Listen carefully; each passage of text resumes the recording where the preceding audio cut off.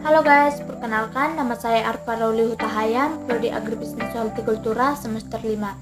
Kali ini saya akan membahas serta melakukan sedikit eksperimen mengenai pupuk organik cair. Nah, tujuan saya melakukan pengamatan tersebut untuk memenuhi tujuan tugas mata kuliah saya, yaitu produksi pupuk dan pestisida organik dengan dosen pengampu mata kuliah Pak Saiful Panjaitan.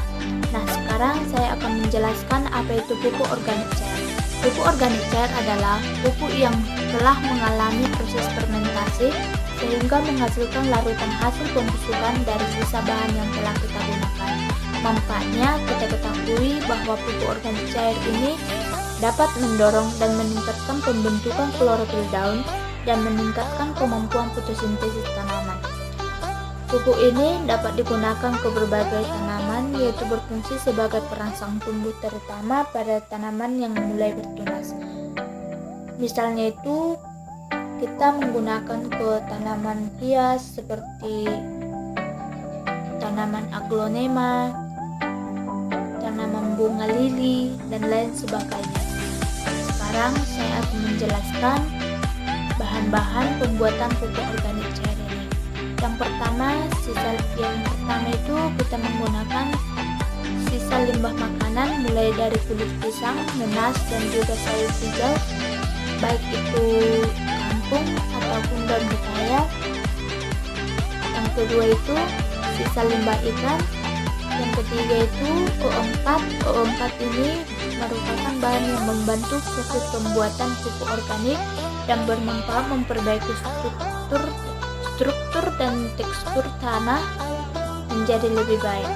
O4 ini saya gunakan sebanyak 2 sendok dengan larutan air 4 liter.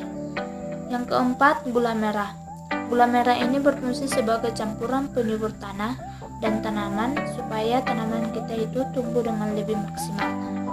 Nah, setelah bahan-bahan sudah terkumpul, semua bahan kasar seperti kulit pisang, nanas, dan daun hijau itu dilumatkan terlebih dahulu hingga halus, baik itu kita menggunakan blender ataupun ditumbuk halus sehingga mengeluarkan larutan air pada setiap bahan. Setelah selesai, campurkan seluruh takaran larutan baik itu O4 dan larutan dari gula merah yang telah kita siapkan terlebih dahulu. Setelah selesai, kita menunggu pupuk organik cair tersebut 5-8 hari hingga pupuk tersebut mengeluarkan bau tapai, dan usahakan pada proses penyimpanan dilakukan penutupan dengan rapat supaya pembentukan mikrobanya tidak rusak. Nah, setelah panen tentunya kita memanfaatkan pupuk organik cair tersebut sebagai eksperimen kita, dan pastinya kita mendapatkan keuntungan yang lebih banyak karena tanaman kita dapat tumbuh subur. Tetapi kita harus tahu jangan sampai kelebihan dosis, nantinya tanaman jadi rusak. Nah, sekian dari hasil pembahasan dan serta eksperimen yang saya lakukan.